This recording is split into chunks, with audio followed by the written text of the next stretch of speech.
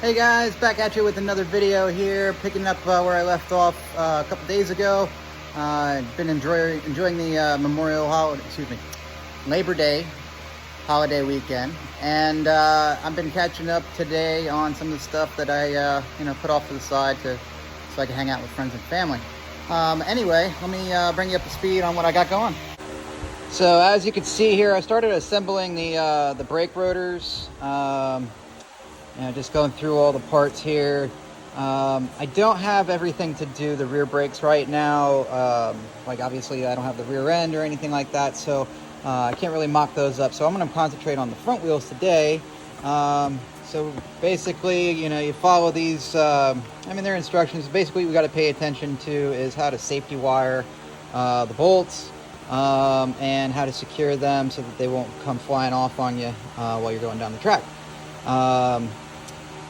Also, it shows you the configuration on how you need to assemble things. So this backing plate goes on the outside.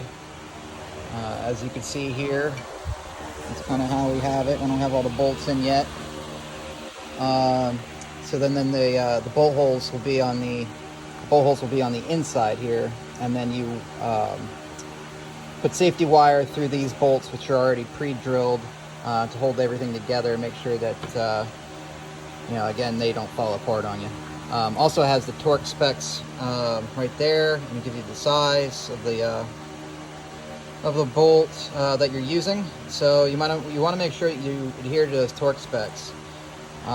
It's very important, especially when they get really hot. They're going to basically things are going to change and move around, and that's one thing you really want to pay attention to, so you keep yourself safe. After I get done with these brakes here, I might move on to mounting the battery. I'm just going to try to do what I can with what I have. I'm still waiting on a lot of major components, so we're going to be working with that as we get them. So I figure I got this stuff now. Let's knock this out. It's going to have to come back out of the car. In fact, most of this stuff is going to have to be disassembled to get the chassis mods done. And the car's going out here pretty soon for those. All right, guys, I noticed something as I was putting this together, and I knew about it, but I forgot to mention it to you guys as I was looking at it. But these rotors are unidirectional, so that it does matter which side you put it on. So this one, the arrow is facing to my left. So if we're looking at the car here, this would be the right side brake rotor. So because you're looking at it from the inside here, and it's going to mount up to that spindle there, so it needs to rotate that way.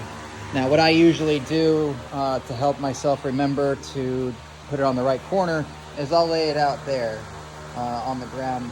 At the end of the night I'll clean it up and make sure everything looks good, but it keeps me, not only reminds me to do that, but it just keeps me honest and make sure that I dot my I's and cross my T's. So it's one of these things that you can't mess up. So just make sure it's put together right, make sure it goes to the right side, follow the instructions. I know a lot of people don't, so just keep that in mind. All right, so I just came across something here that I didn't take into account on the first go around.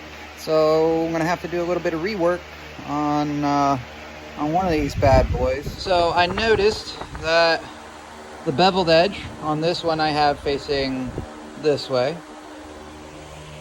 On the one over there, I have facing the opposite way. Now, I said to read the instructions, so I did. But they don't actually show that on the instructions. It's kind of like a generic hole. Now, if that's supposed to be the hole on the back side,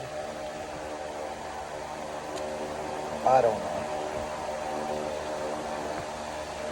All right, I'll let you know how it goes. All right, so here's what I did. I put her brake bracket on for the front brakes, obviously, and I'm going to put the caliper on, and then that should give me a general idea of where the rotor will line up.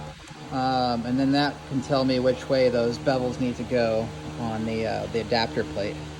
All right, guys, I figured it out on which way the adapter plate is supposed to be oriented as far as mounting with the bevels. So let me show you here what I'm looking at. All right, so you can see here we got a lot of things that's a little mocked up. The brake caliper is just kind of sitting on the mount here. Looks pretty darn good, doesn't it?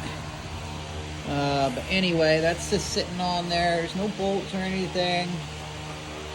No nuts. So when I look up, or when I look at that slot right there in the middle, that's where the brake rotor goes, obviously. And I look at the brake rotor, I want to make sure the orientation is correct. So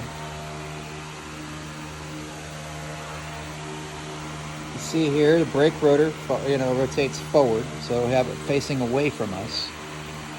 That's the front of the car. So if we put this on to match up with that slot that's down there, and it's kind of hard to see through the camera, but basically it needs to be with this orientation. So the bevel would have to face towards the inside of the car, which means we have this one on backwards, which is okay because I didn't torque these ones down yet. The other one I have torqued down. It would just be a little extra work, but at least we found it before we started mounting up everything and got too carried away. All right, guys, well, I got this all wire tied up and looking as best I can. It's not the best job I've done, but it's safe. They are in the right orientation in terms of if the bolt starts to back itself out, it's going to stop due to the wire. It's not going to rotate and then stop due to the wire. So now it's time to throw them on that hub. All right, so I got the dust cap off of here, and literally it's just held on with this this O-ring. There's a little pocket down in there, but I wanted to show you how this goes together. So this is a nut that holds the bearing in. There's a little washer type deal, retainer I guess you'd call it, behind that fits into this keyway. This nut pushes onto that retainer, which holds in the bearing, which is right behind it. On the other side, it's just another tapered bearing that is just, and it has a pressed-in seal that holds that in. The nut presses it all together, and that's what gives you, that's what holds the bearings in place. So I'm going to get this off, and then we're going to mount up the rotor there onto here, and keep plugging away. All right, guys, I've been hammering away on this stuff. Kind of came across a couple roadblocks. The brake rotor did not want to clear where these bolts were. This one on top and this one on bottom. And I was looking around, and I've noticed that these are actually left and right-handed. So I had the left one on the right side, and I hadn't mounted the other one. So just grab this one. We'll see how that goes.